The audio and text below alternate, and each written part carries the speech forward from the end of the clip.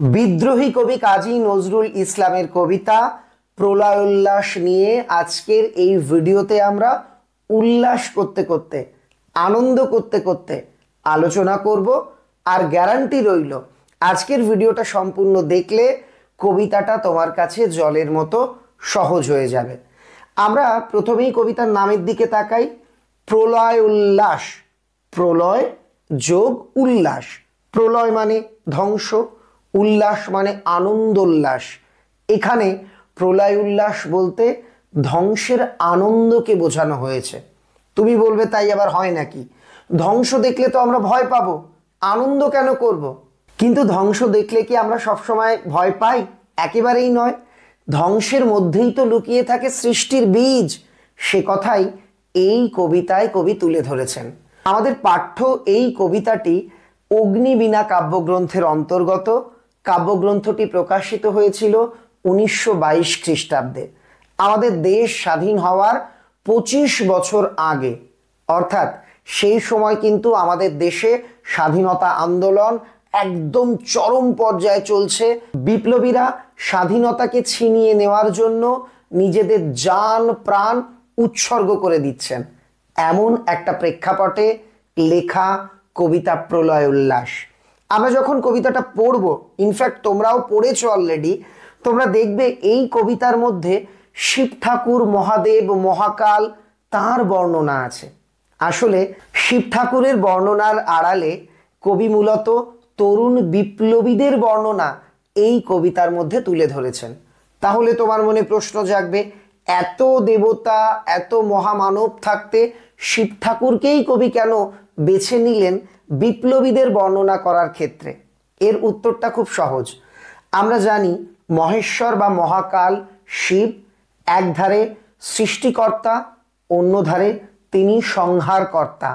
একদিকে তিনি যেমন সৃষ্টি করেন, অন্যদিকে প্রলয়ে নাচনে নেচে সবকিছু ধ্বংস করে দেন। তাই এই বৈশিষ্ট্যটাই তো রয়েছে আমাদের বিপ্লবীদের মধ্যে। এটা অনুধাবন করতে পেরেই কবি এই কবিতাটি লিখেছিলেন। আমরা সরাসরি চলে যাব লাইন ধরে আলোচনায়। বাংলা পাঠ্য বইয়ের পৃষ্ঠা নাম্বার 94, কবিতা প্রলয় উল্লাস, লিখেছেন কাজী নজরুল ইসলাম। তোরা সব জয়ধ্বনি কর, তোরা সব জয়ধ্বনি কর। তোরা বলতে এখানে কবি পরাধীন ভারতের স্বাধীনতাকামী মানুষদের বুঝিয়েছেন। পরাধীন ভারতবর্ষের বুকে সেই সমস্ত মানুষ যারা স্বাধীনতা চান, কবি এখানে তাদের তোরা বলে সম্বোধন করেছেন। জয়ধ্বনি, জয় সূচক ধ্বনি, যে ধ্বনির দ্বারা আমরা জয় বোঝাই। ধরো আমরা একটা ফুটবল টুর্নামেন্ট জিতলাম, হিপ হিপ হুররে, এই যে আমরা বলছি, এরকম যে ধ্বনিগুলোর দ্বারা আমাদের জয় সূচিত হয়েছে এটা বোঝানো হয়, তাই হলো জয়ধ্বনি। কবি বলছেন তোরা সবাই জয়ধ্বনি কর। কেন? ওই নূতনের কেতন ওড়ে কালবৈশাখীর ঝড়। ওই দেখো নতুন দিনের বার্তাবাহী পতাকা উঠছে কালবৈশাখীর ঝড়ে। তার মানে কালবৈশাখীর ঝড় দেখে আমরা কি করব? ভয় পাবো, ওরে বাবা ঝড় আসছে। কবি বলছেন না, এই কালবৈশাখীর ঝড়ই আমাদের জীবনকে, আমাদের জগৎকে নতুনভাবে সাজিয়ে দেবে। প্রাচীন স্থবিরতা ভেঙে আমরা স্বাধীনতার মুখ দেখব। আকাশে উড়বে নতুন দিনের বার্তাবাহী পতাকা, অর্থাৎ স্বাধীনতার বিজয় পতাকা। তোরা সব জয়ধ্বনি কর। এজন্যই তো বলছি সকলে মিলে এই ঝড় দেখে মোটেই ভয় পেও না, সবাই আনন্দ করো, জয়ের উচ্ছ্বাস প্রকাশ করো। আসছে এবার অনাগত, এবার যে আসছে সে নয় আগত, আগে কখনোই আসেনি। প্রলয় নেশায় নৃত্য পাগল, ধ্বংসের নেশাতে সে প্রলয় নাচন নাচতে নাচতে পাগলের মতো নৃত্য করতে করতে ছুটে আসছে। আমরা প্রত্যেকেই শিব ঠাকুরের নটরাজ মূর্তি, যেখানে তিনি প্রলয় নাচন নাচছেন, সেই মূর্তির কথা কম বেশি জানি, ছবিতে আমরা দেখতেও পাচ্ছি। তো সেই নটরাজ মূর্তিরই বর্ণনা এখানে কিন্তু কার্যত করছেন নজরুল ইসলাম। তিনি কি বলছেন? আসছে এবার অনাগত, এবার আসতে চলেছে অনাগত, যে আগে কখনো আসেনি। সে প্রলয়ের নেশায়, ধ্বংসের নেশায় তাণ্ডব নৃত্য করতে করতে আসছেন। সে কতটা ভয়ঙ্কর জানো? তার একটা চিৎকারে বড় সিংহদ্বার ভেঙে চৌচির হয়ে যায়। কি বলছে দেখো, সিন্ধু পারের সিংহদ্বারে ধবক হেনে ভাঙল আগল। তার এক ধমকে সিন্ধু পারের সিংহদ্বার, সিংহ চিহ্নিত দ্বার, প্রধান দরজা, মেইন গেট, এক ধমকে, এক হুঙ্কারে, এক চিৎকারে সেই বড় সিংহদ্বার, বড় দরজা, সেটা ভেঙে চৌচির হয়ে গেল। তুমি বলবে এটুকু তো বুঝলাম, কিন্তু সিন্ধু পারের সিংহদ্বার এই জিনিসটা বুঝলাম না। আমরা আগেই বলেছি, এখানে শিব ঠাকুর বলতে কবি কিন্তু মহাদেব মহাকালের রূপের বর্ণনার আড়ালে আমাদের তরুণ বিপ্লবী সমাজ, যারা স্বাধীনতা আন্দোলনের জন্য ঝাঁপিয়ে পড়েছিল, যারা সশস্ত্র বিপ্লবে উত্তীর্ণ হয়েছিল, তাদের রণমূর্তি এবং সেই তাদের সংগ্রামের পরেই যে কালবৈশাখীর ঝড়ের পরেই যে নতুনের পতাকা উড়বে, সেটা কবি বর্ণনা করেছিলেন। এখানে কবি মূলত শিব ঠাকুরের বর্ণনার আড়ালে তরুণ বিপ্লবী সমাজের বর্ণনা দিয়েছেন। তিনি বলতে চেয়েছেন, পরাধীন ভারতবর্ষে যত দেশপ্রেমিকরা ছিলেন, বিপ্লবীরা ছিলেন, ইংরেজ সরকার ধরে ধরে তাদের সিন্ধু পারের একটা বড় গেটওয়ালা, সিংহ দরজাওয়ালা জেলখানায় আটকে রাখতেন। এখানে তিনি মূলত বোঝাতে চেয়েছেন, সপ্ত সিন্ধু 13 নদীর পার, দ্বীপান্তরের আন্দামান। তারই অন্য একটি কবিতার লাইন পড়লাম, 7 সমুদ্র 13 নদীর পারে আন্দামান সেলুলার জেলের কথা। তিনি বলতে চেয়েছেন যে এই অনাগত, এই প্রলয় দেব, এই নিত্যরত অবস্থায় যিনি আসছেন, তার এত ক্ষমতা, এক হুঙ্কারে সেই সিংহদ্বার, যেখানে সমুদ্র পারে বড় গেট, বড় দরজার ভেতরে আটকে রাখা হয়েছে তরুণ বিপ্লবীদের, সেই গেটের, সেই সিংহদ্বারের আগল খিল ভেঙে চৌচির হয়ে যাবে। সে এতটা শক্তিশালী যে আসছে। আমরা এখানে দেখলাম নটরাজ মূর্তিতে তাণ্ডব নৃত্য করতে করতে প্রলয় দেব যেন আসতে চলেছেন। মৃত্যু গহন অন্ধকূপে, মৃত্যুর মতো গভীর অন্ধকূপে, মহাকালের চণ্ডরূপে, মহাকাল অর্থাৎ শিব, চণ্ড, চণ্ডী থেকে তার যদি আমরা লিঙ্গ পরিবর্তন করি হবে চণ্ড। আমরা জানি মা কালীর সবচেয়ে ভয়ঙ্কর একটি রূপ হলো চণ্ডী রূপ। তো বলছে শিব ঠাকুর অর্থাৎ মহাকাল আসবেন চণ্ড রূপে। কেমন হবে দেখতে? ধূম্র ধূপ, চারিদিকে ধূম্র উঠবে, ধোয়া উঠবে ধূপের। আর কি? বজ্র শিখার মশাল জেলে আসছে ভয়ঙ্কর, ভয়ঙ্কর আসছে, প্রলয় আসছে, মহাকাল আসছে। তার হাতে কি? তার হাতে মশাল। সে মশাল কেমন? বজ্র শিখা দিয়ে প্রজ্বলিত করা আগুনের মশাল নিয়ে সে এগিয়ে আসছে। সে আমাদের নতুন পথের দিশা দেখাতে এগিয়ে আসছে, হাতে তার বজ্র শিখার মশাল। চলে যাব পরের অনুচ্ছেদে। ওরে ওই হাসছে ভয়ঙ্কর, দেখো প্রলয় দেব এই যে আসতে চলেছে, সে অট্টহাসি হাসছে, হা হা হা, এরকম ভাবে। তোরা সব জয়ধ্বনি কর, তোরা সব জয়ধ্বনি কর। ঝামর তাহার কেশের দোলায়, ঝাপটা মেরে গগন দোলায়। এই যে মহাকাল আসছে, তার এত শক্তি, তার কেশ চুলের একটা দোলাতে, এক ঝাপটাতে গগন দুলে যাচ্ছে, আকাশ দুলে যাচ্ছে। তোমরা অলরেডি লিখে ফেলেছো বা ভাবছো, স্যার আপনি তো ঝামর মানেটা বললেন না। ঝামর কথার অর্থ ঝামার রং। তুমি বলবে ঝামা কি? আগেকার দিনে কড়াইয়ের পেছনে কালি জমলে সেগুলো পরিষ্কার করবার জন্য ঝামা পাথর ব্যবহার করা হতো। এক ধরনের আর কি খুব এবড়ো খেবড়ো পাথর। এগুলো দেখতে সাধারণত ছাই বা ধূসর রঙের হয়। এখনও দেখবে অনেকে বলে ওর মুখে ঝামা ঘষে দেব, তো এই ঝামার রং হলো ধূসর। এখানে বোঝানো হয়েছে তার ধূসর বর্ণের কেশের দোলায় এক ঝাপটাতে আকাশ দুলে যায়। সর্বনাশী জ্বালামুখী ধূমকেতু তার চামর ঢুলায়। চামর কি? চর্মি গাইয়ের লেজের চুল কেটে বানানো বিশেষ পাখা। এগুলো দিয়ে তোমরা দেখবে বিভিন্ন মন্দিরে দেবতার আরাধনা করা হয়, ঠাকুরকে হাওয়া করা হয়। আসলে এই যে যে চামর দোলানো, এটার দ্বারা তাকে অভ্যর্থনা জানানো হয় দেবতাকে, যে হে দেবতা আপনি এই গৃহে আসুন। তো বলছে এই যে প্রলয় দেব আসছেন তাকেও চামর দুলিয়ে অভ্যর্থনা জানানো হচ্ছে। কিন্তু এটা কেমন চামর? এ চামর ধূমকেতুর চামর। আমরা ছোটবেলাতে বিজ্ঞান বইয়ে পড়েছি যে গ্রহ নক্ষত্র দিয়ে তৈরি ঝাঁটার মতো আকৃতির হয় ধূমকেতু। তো কবি এখানে কল্পনা করছেন আকাশের জ্বালামুখী ধূমকেতু, যে ধূমকেতু ভেতরে টকবক করে লাভা ম্যাগমা ফুটছে, সেই ভয়ঙ্কর ধূমকেতুরা এই মহাকালকে চামরে দুলিয়ে দুলিয়ে, অর্থাৎ ধূমকেতুগুলোকে কবি এখানে চামর হিসেবে ধরে নিচ্ছেন বা কল্পনা করছেন, সেই চামর দুলিয়ে দুলিয়ে এই মহাকালকে আহ্বান করা হচ্ছে। একে কিন্তু চর্মি গাইয়ের লেজের চুল কেটে বানানো চামর নয়, ধূমকেতু দিয়ে তৈরি চামর দিয়ে অভ্যর্থনা করা হচ্ছে। বিশ্বপিতার বক্ষ কোলে রক্ত তাহার কৃপাঞ্জলে দোদুল দোলে। ভয়ঙ্কর লাইন।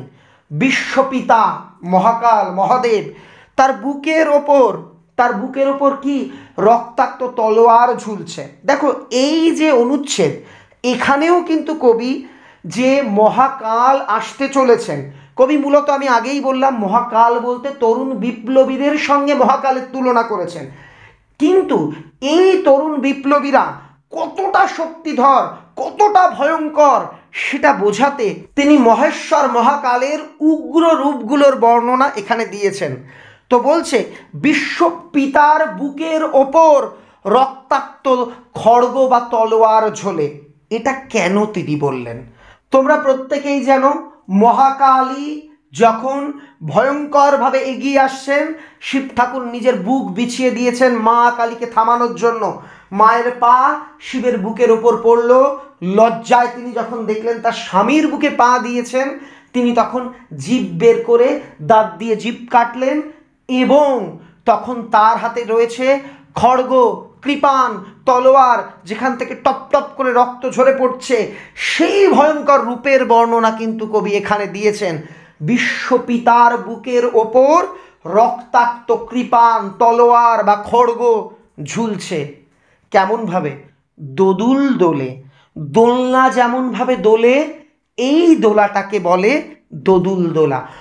অট্টরোলের হট্টগোলে স্তব্ধ চরাচর। অট্ট হাসি, হা হা হা, এই যে যে হাসিটা, এই হাসিতে, এই ভয়ঙ্কর হাসিতে চরাচর স্তব্ধ, চুপচাপ।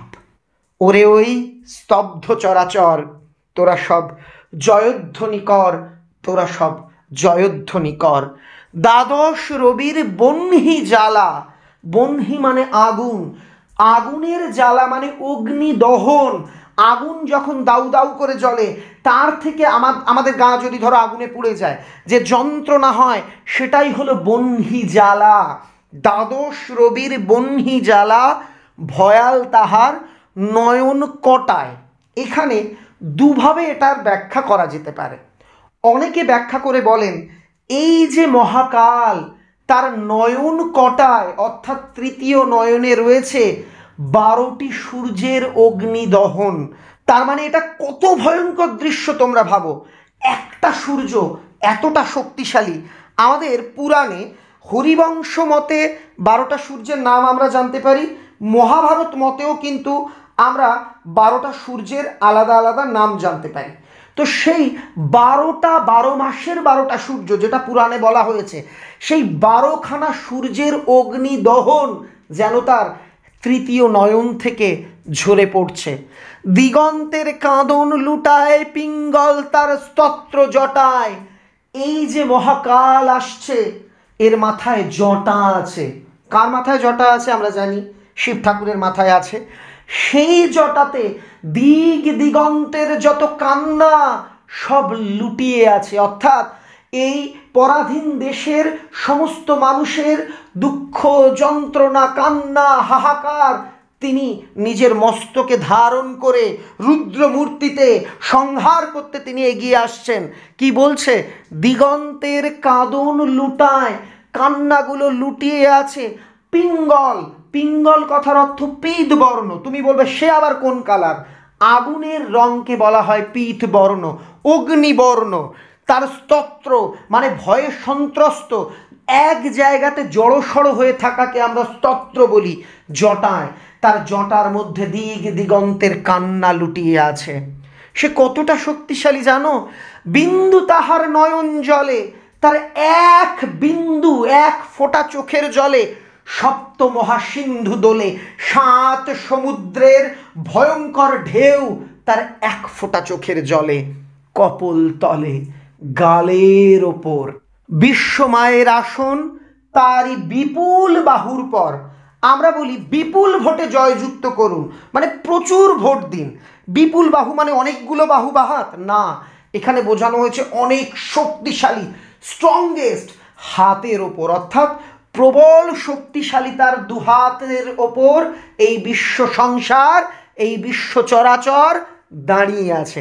হাঁকে ওই, হাঁকে মানে চিৎকার করে ডাকে ওই, জয় প্রলয়ঙ্কর, জয় প্রলয় দেবের জয়, তোরা সব জয়ধ্বনি কর, তোরা সব জয়ধ্বনি কর। মা ভৈ, মা ভৈ সংস্কৃত শব্দ। মা ভৈ মানে মা নেই, ভৈ ভয়, ভয় নেই, ভয় নেই। এই মাভৈ মাভৈ শব্দটা ব্যবহার করা হয় অভয় বাণী শোনাতে, অর্থাৎ আমি তোমায় বললাম মা ভৈ, তুমি এগিয়ে চলো, ভয় নেই, তুমি এগিয়ে চলো। এটাকে তাই অনেকে আবার বলে ভয় না পেয়ে এগিয়ে চলার মন্ত্র হলো মা ভৈ। কিন্তু যদি আমরা আক্ষরিক অর্থ দেখি, ভয় নেই এই শব্দের মানে দাঁড়া এই, মা ভৈ মা ভৈ, ভয় নেই ভয় নেই। জগৎ জুড়ে প্রলয় এবার ঘনিয়ে আসে, এই গোটা জগৎ জুড়ে প্রলয়, ধ্বংসলীলা, ধ্বংসের যে আয়োজন সেটা ঘনিয়ে আসছে। জরায় মরা মুমূর্ষদের প্রাণ লুকানো ওই বিনাশে। জরায় মরা তার মানে জরাজীর্ণতায়, বার্ধক্যে, স্থবিরতায় যারা মৃত প্রায়, মুমূর্ষ যারা রোগে ধুঁকছে, সবার প্রাণ ভ্রমরা লুকিয়ে আছে এই বিনাশে। এখানে জরায় মরা মুমূর্ষদের বলতে ভারত, পরাধীন ভারতের জরাজীর্ণ, সংকটাপন্ন, মরণাপন্ন, অত্যাচারিত, শীর্ণ দীর্ণ ভারতবাসীর কথা বলা হয়েছে, দেশবাসীর কথা বলা হয়েছে। কবির কল্পনা এই মহাকালের আগমন এবং এই আগমনের পর যে প্রলয় আসবে, সেই প্রলয়ের মধ্যেই লুকিয়ে আছে পরাধীন দেশবাসীদের প্রাণভ্রমরা। অর্থাৎ এই যুদ্ধের পর, এই সশস্ত্র আন্দোলনের পর, এই প্রলয়ের আগমনের পর মুমূর্ষ জরাজীর্ণ প্রত্যেকে নবপ্রাণে প্রাণিত হবে, তারা প্রাণ ফিরে পাবে। কবি এখানে আশাবাদের কথা শোনাচ্ছেন।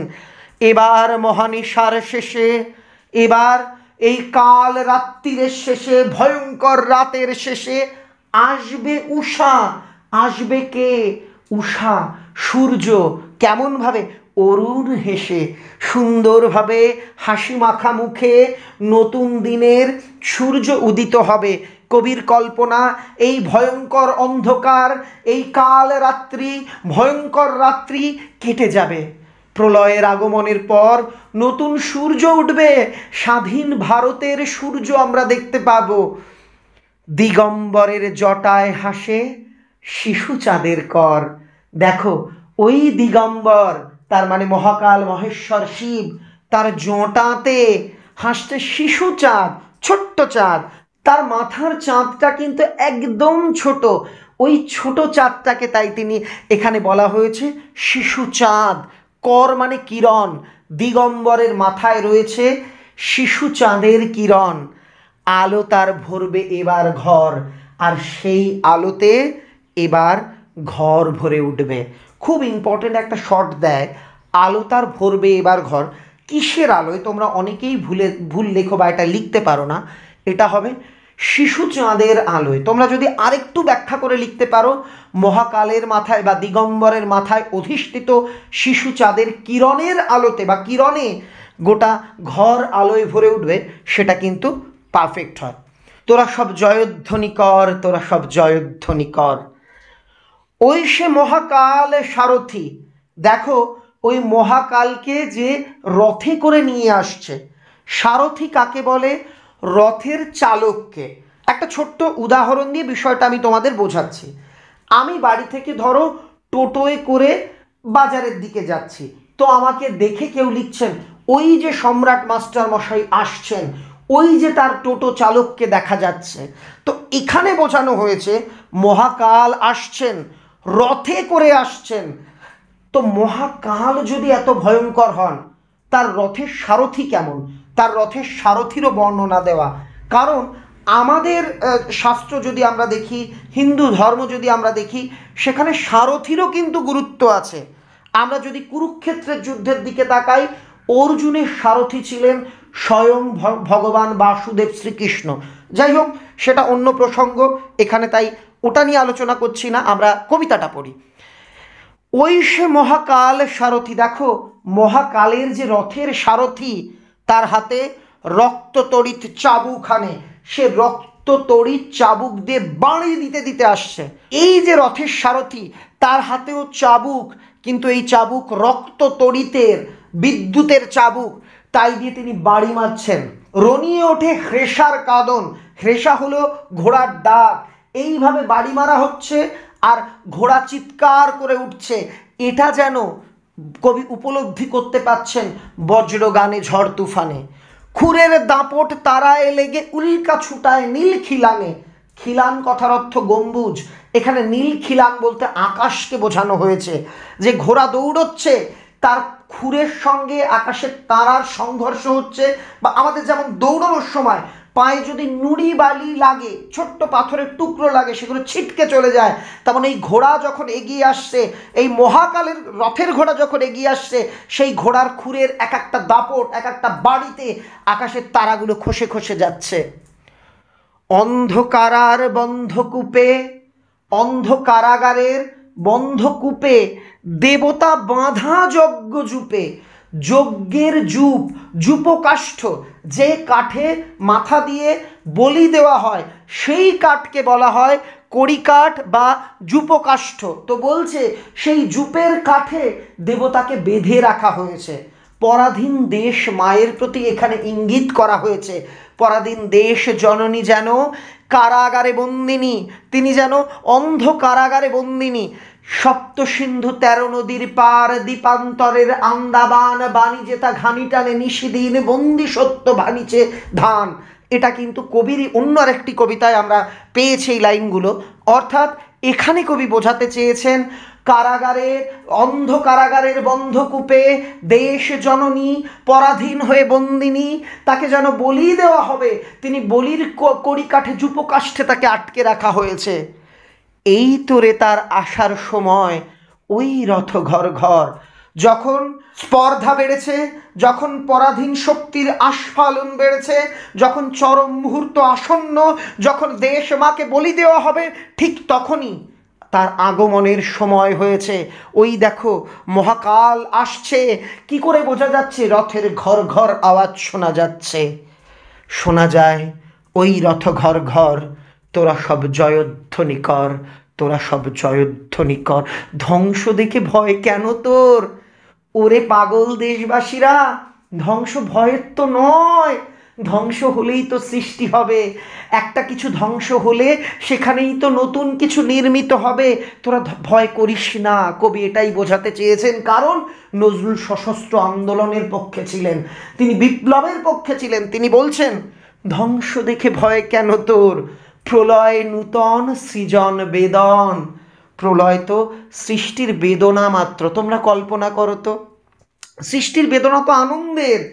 যখন সন্তান সম্ভবা মহিলা আর কি হসপিটালের বেডে তার প্রসব যন্ত্রণা উঠেছে, তিনি যন্ত্রণায় কাতর হয়ে চিৎকার করছেন, তিনি বেদনায় বিধুর। সেই যন্ত্রণা তো আনন্দের, কিছুক্ষণ পরেই তো নতুন প্রাণের সৃষ্টি হয়, নতুন প্রাণ ভূমিষ্ঠ হয়। তাই বলছে এই যে প্রলয় হলো, ধ্বংস হলো, সৃজন বেদন, নতুন সৃষ্টির বেদনা মাত্র। আসছে নবীন, ওই দেখো নতুনেরা আসছে, নবীনেরা আসছে, এরা প্রবীণ নয়, এরা কম বয়সী, এরা ইয়াং জেনারেশন। আসছে নবীন, জীবন হারা অসুন্দরে করতে ছেদন। জরাজীর্ণ, যেখানে জীবন নেই, যেখানে সৌন্দর্য নেই, সেগুলোকে ছেদ করতে, ধ্বংস করতে তারা এগিয়ে আসছে।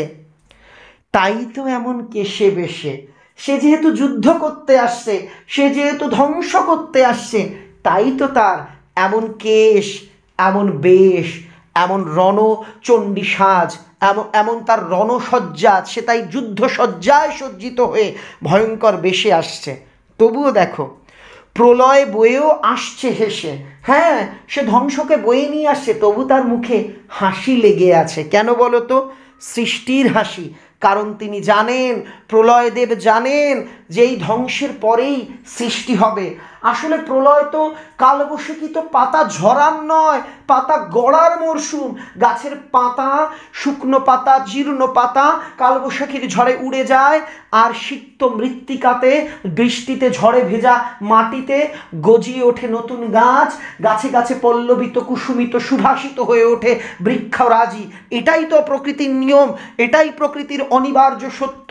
সেটাই কবি এখানে বোঝাতে চেয়েছেন। ঝড় আসবে, ধ্বংস হবে, কিন্তু এই ধ্বংসের মধ্যেই লুকিয়ে থাকবে নতুন সৃষ্টির বীজ। ভেঙে আবার গড়তে জানে সে চিরসুন্দর। এই মহাদেব, মহাকাল, মহেশ্বর চিরসুন্দর। সপ্তম শিবম সুন্দরম। তিনি যেমন ধ্বংসকর্তা প্রলয়দেব, তিনি তেমন সৃষ্টিকর্তা, তিনি তেমন সৃষ্টির প্রতিপালক। এটা তো আমরা জানি। ভেঙে আবার গড়তে জানে সে চিরসুন্দর। তোরা সব জয়ধ্বনি কর, তোরা সব জয়ধ্বনি কর। ওই ভাঙা গড়া খেলা যে তার, কিসের তবে ডর? ভাঙা গড়া তো একটা খেলা, ভাঙবে, ভাঙলেই তো নতুন কিছু গড়বে। বধুরা প্রদীপ তুলে ধর, কিন্তু তার আগে দেখো একটা লাইন আছে, তোরা সব জয়ধ্বনি কর। পরীক্ষাতে যখন বলা হয় তোরা সব জয়ধ্বনি কর, লাইনটা কতবার আছে তোমরা এই কর্নারের লাইনগুলোর দিকে গুনে বলো 18 বার, কিন্তু ভেতরেও একবার লেখা আছে, টোটাল 19 বার। তো বলছে তোরা সব জয়ধ্বনি কর। আর বঙ্গের বধূদের কবি বলছে, বধুরা প্রদীপ তুলে ধর। কেন? বাংলার বধূরা কখন প্রদীপ তুলে ধরে? বরণ করবার জন্য। আমাদের বাংলার মায়েরা সীমন্তিনী হয়ে সিথি ভরা তাদের সিঁদুর, কপালে বড় টিপ, তারা হাতে প্রদীপ প্রজ্বলন করে বরণ করে নেয়। কখনো নববধূ, কখনো ঈশ্বরকে বরণ করেন, ঈশ্বরের আরাধনায় মত্ত হন। কবি এখানে বলছেন এই যে প্রলয় দেব আসছেন, তিনি ভালো, তিনি ধ্বংস করবেন, কিন্তু এই ধ্বংসের মধ্যেই লুকিয়ে থাকবে সৃষ্টির বীজ। এই সংগ্রাম, এই সশস্ত্র বিপ্লবেই হবে ভারত স্বাধীন। তাই এই বিপ্লবীদের দূরে ঠেলে দিও না, এদের ঘৃণা করো না, এদের দেখে শঙ্কিত হয়েও না, বরং এদের বরণ করে নাও। প্রলয় দেবকে প্রদীপ প্রজ্বলন করে বরণ করে নাও। দীপান্বিতা অমাবস্যার দিন যখন আমরা দেখি চতুর্দিক অন্ধকার, তখন এই বাংলার বধূরাই প্রদীপ প্রজ্বলন করে, বাংলার ঘরে ঘরে প্রদীপ প্রজ্বলন করে সেই অন্ধকারকে দূরীভূত করে। তাদের সেই শক্তি আছে, বাংলার বধূদেরও শক্তি আছে অন্ধকার অমানিসাকে হারিয়ে দেওয়ার। দীপান্বিতা অমাবস্যার দিন, দীপাবলির অমাবস্যাকে তারা আলো দিয়ে স্নান করাতে পারেন। সেই বাংলার বধূদের কবি বলছেন এই অন্ধকার কাটানোর শরিক তোমরাও। এই প্রলয়দেবকে ভয় পেও না, তোমরা বরণ করে নাও। কাল ভয়ঙ্করের বেশে ওই আসে সুন্দর। যিনি এসছেন তিনি সপ্তম শিবম সুন্দরম। তিনি সুন্দর, তিনি মহেশ্বর, তিনি মহাকাল, তিনি সৃষ্টি দেবতা। তাকে বরণ করে নাও। তোরা সব জয়ধ্বনি কর, তোরা সব জয়ধ্বনি কর। কেমন লাগলো কবিতাটা? আমাকে অবশ্যই লিখে জানিও। যদি সত্যি সত্যি কবিতাটা তোমার কাছে জলের মতো সহজ হয়ে থাকে, একটা ছোট্ট আবদার করব, ভিডিওতে প্লিজ একটা লাইক করে দিও। সম্রাট এক্সক্লুসিভ চ্যানেলে নতুন হয়ে থাকলে চ্যানেলটি সাবস্ক্রাইব করে রাখতে একেবারেই ভুলো না। এভাবেই তোমাদের সিলেবাসে থাকা অন্যান্য প্রায় সমস্ত গল্প, কবিতা, নাটক আমি আলোচনা করে রেখেছি। সেই ভিডিওগুলো দেখতে চাইলে আজকের এই ভিডিও ডেসক্রিপশন বা প্রথম কমেন্টে থাকা মাস্টার লিঙ্কে ক্লিক করো। পর পর পর পর মাধ্যমিক পরীক্ষার্থীদের জন্য পোস্ট করা সমস্ত ভিডিও সেখানে তোমরা পেয়ে যাবে। সবার জন্য অনেক অনেক শুভকামনা রইল।